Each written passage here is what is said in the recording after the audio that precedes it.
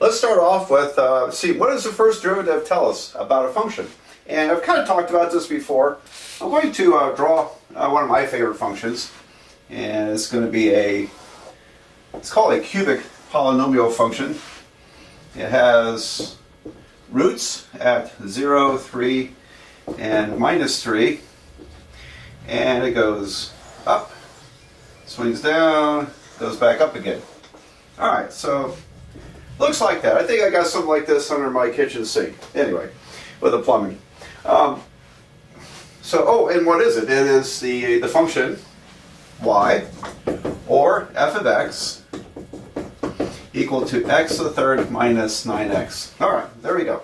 Now, you can see why the roots are this, because if you were to set this function equal to 0, and do some factoring, you can factor x out, and then you can factor x squared minus 9. And so if you set x equal to 0, you got 0. X minus 3 equal to 0, you get positive 3. X plus 3 equal to 0, you get negative 3. So those are the roots. And that's just algebra. That's not calculus there. But that's where the roots came from. Now, how do I know it's shaped like this? Well, the first derivative, as we said, the first derivative describes the slope of a function at a point. And remember that positive slopes are rising as you run from left to right. The positive slope goes off that way. If you have a negative slope, then it's falling as you move left to right. And so over here, the slope of any tangent line, let me get a pen here. I think there's a truck coming down the road. I don't know what that is. Maybe it's an airplane up there. Anyway, so up here, for example, the first derivative describes the slope of that tangent line, and it's positive. And then, so we expect that it's going to be rising over here somewhere. And it's also, these have positive slopes or positive derivatives, causing it to rise, but somewhere in between, if my graph is correct, then we'll have some negative slopes. Okay, so let's explore that. And so I need to look at the first derivative, and the first derivative is y prime would be 3x squared minus 9. And now what? Well, that in itself is a parabola. And I want to know where is this positive? Where is it negative? Okay, now we can check to see where this is positive or negative by first looking at what are its roots. Where does it cross the x-axis as far as the derivative? So if I set this equal to 0, I could divide everything by 3 and get x squared minus 3 equals to 0. And if I add 3 to both sides, if you solve by taking the square root, remember that when you take the square root, you have to, of both sides of an equation, you have to include a plus or minus symbol. So x is equal to the positive square root of 3 and the negative square root of 3. Now, the square root of 3 is about 1.7 or 1.732. And so, if we look at the number line, and here's how this is going to work. In order to figure out where is my first derivative positive, or where is it negative, I know it's equal to 0 here and here. So if the function, this function now, the derivative, is equal to 0 at minus square root of 3 and positive square root of 3, then it has to be something different from 0. And due to nice theorems with continuity and things like that, and being a continuous function, it makes it kind of nice. We know that there's a consistency to that. And so if I, for example, if I plug in a 0 into my derivative, the derivative at 0 is going to be, I'm going back to here, it's going to be 3 times 0 squared minus 9. It's going to be negative 9. It's negative. And it turns out the first derivative is always negative in between these points. Want to try another one? What if you plugged in 1 instead of 3? If I plugged in 1, I'd get 3 times 1 squared. 3 minus 9 is negative 6. It's still negative. And so the first derivative is negative over here, which means the graph is decreasing between these 2 points. Now look at that. It is decreasing. Now, we think probably the maximum up here is going to be negative square root of 3, about negative 1.7, and the minimum down here is going to be the positive square root of 3. So in between these 2 places, the function is decreasing. Now, what happens if you plug in a number larger than the square root of 3? Now, square root of 3, remember, is about 1.7. So if I plugged in 2, for example, and so my derivative at 2 would be 3 times 2 squared minus 9. All right, so there's 4 times 3 is 12. 12 minus 3 is 12 minus 9 is equal to 3. It's positive. And so at 2, which is about here, we expect to have a slope of a tangent line of equal to 2. It's positive. In other words, it's rising. It's rising. So, and it turns out it's every number you plug in greater than the square root of 3 is going to be increasing, or positive, which means the graph is increasing. Same over here. If I plugged in, for example, let's just plug in negative 3. If I plug in the derivative at negative 3, we'll get 3 times negative 3 squared minus 9.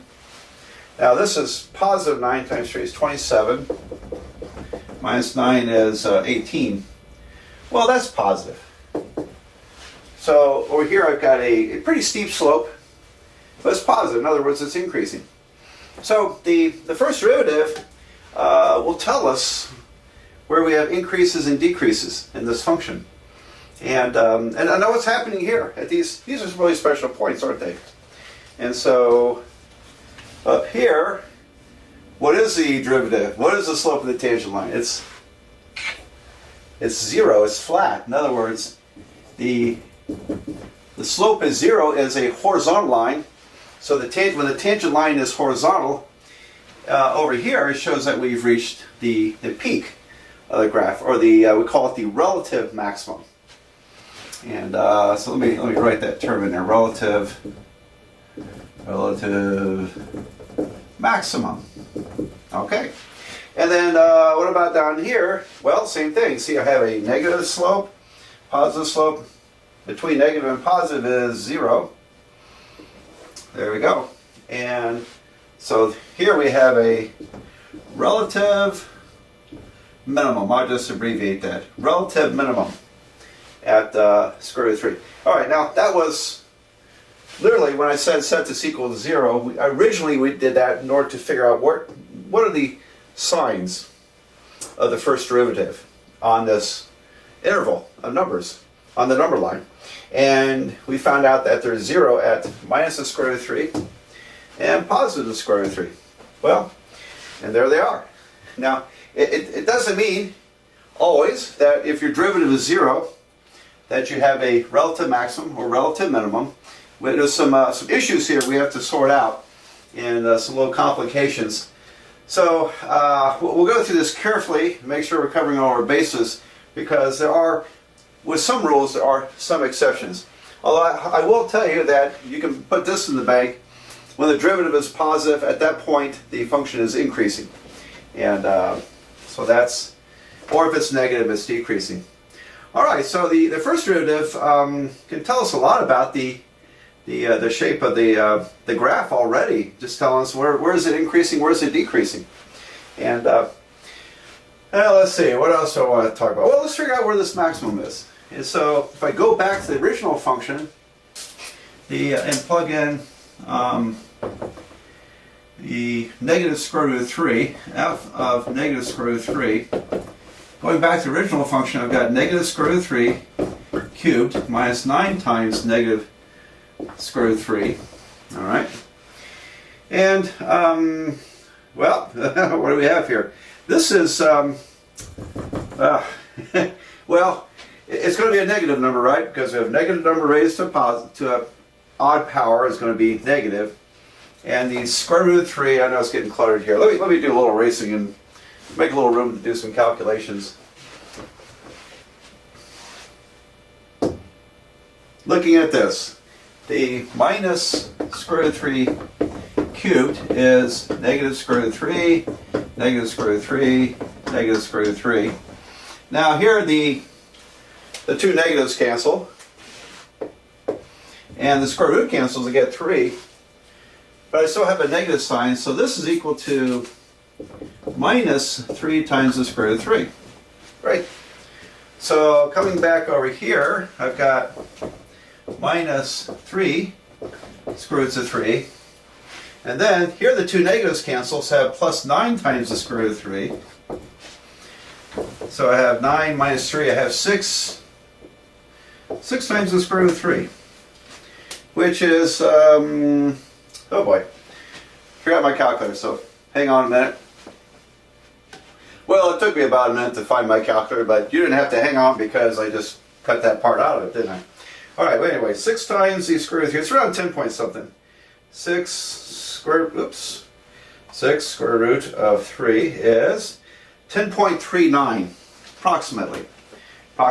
So at least we have a ballpark of where it is. It's around 10.39, 10.4. Alright, so this point up here, still cluttered. That point is the point negative square root of 3, comma 6 square roots of 3. And then in terms of decimals, you could work out the decimals. Now down here, it would be easy to plug in positive square root of 3, and you'll find out it's that's going to calculate to square root of 3, comma negative 6 square roots of 3.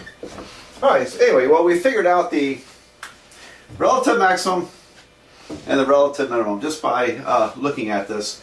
Now, we had the luxury of knowing what the graph was supposed to look like. Okay, so if you don't know what the graph looks like, then how do you find this stuff? All right, so we need to think about some techniques for this. So I'm going to move on from here and talk more about that stuff.